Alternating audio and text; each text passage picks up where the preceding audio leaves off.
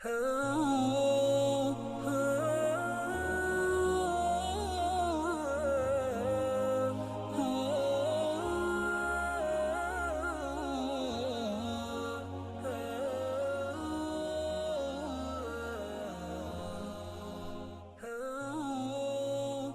لله رب العالمين والصلاة والسلام على رسول الله أما بعد. السلام عليكم ورحمة الله وبركاته. إلهي سبحانه وتعالى وحليه قرآن كريم وابتغ فيما آتاك الله الدار الآخرة ولا تنس نصيبك من الدنيا وأحسن كما أحسن الله إليك ولا تبغي الفساد في الأرض إن الله لا يحب المفسدين. aayadda waxaan rabaa inaan ka soo qaato addunya wal-aakhira.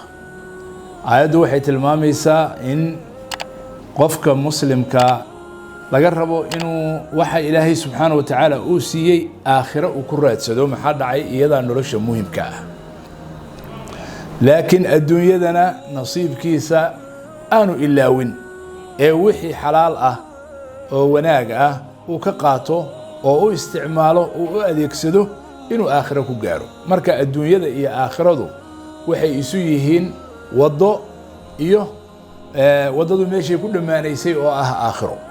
sidaas darteed mafhuum badan oo dadka qaarkiis ka qaldan oo ah inaan adduunyada dadka muslimiinta ay amranayn inay ka shaqeeyaan ama ay wax ka qabtaan waa arrin qalad ah. ilaahay subxaanahu wa tacaala wuxuu noo tilmaamayaa ziinadan adduunka inuu ilaahay subxaanahu wa tacaala ka dhigay shay bani aadamku jecel yahay.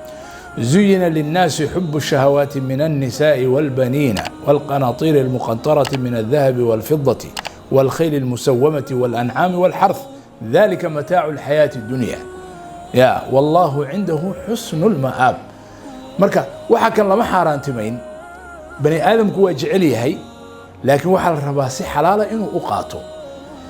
midda labaad inay tahay shay nolosha qurxinayana ilaahay subxaanahu wa tacaala aayaddu ku tilmaamay.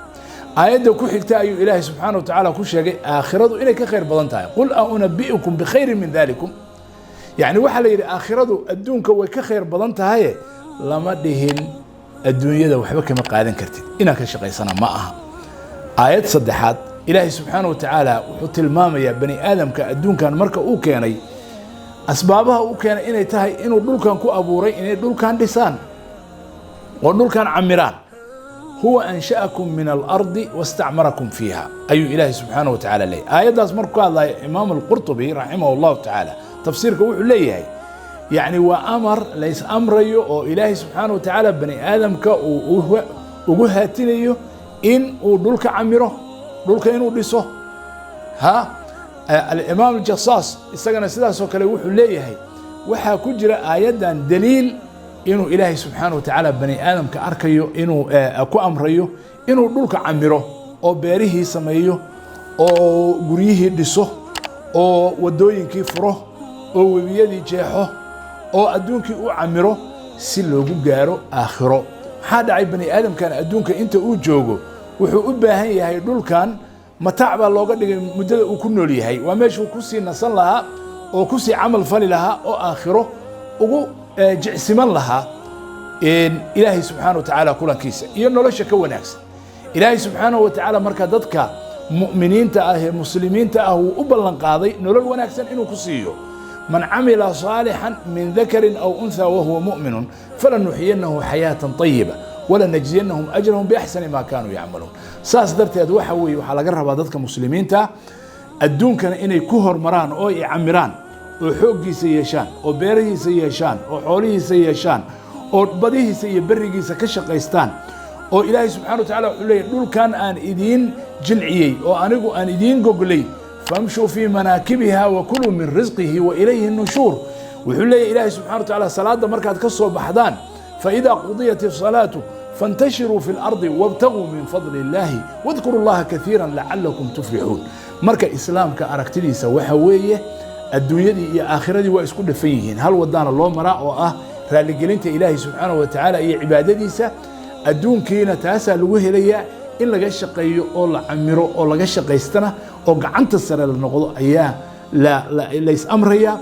nebiguna calayhi salaatu wasalaam wuxuu leeyahay alyad alculyaa khayrun min alyad sufla.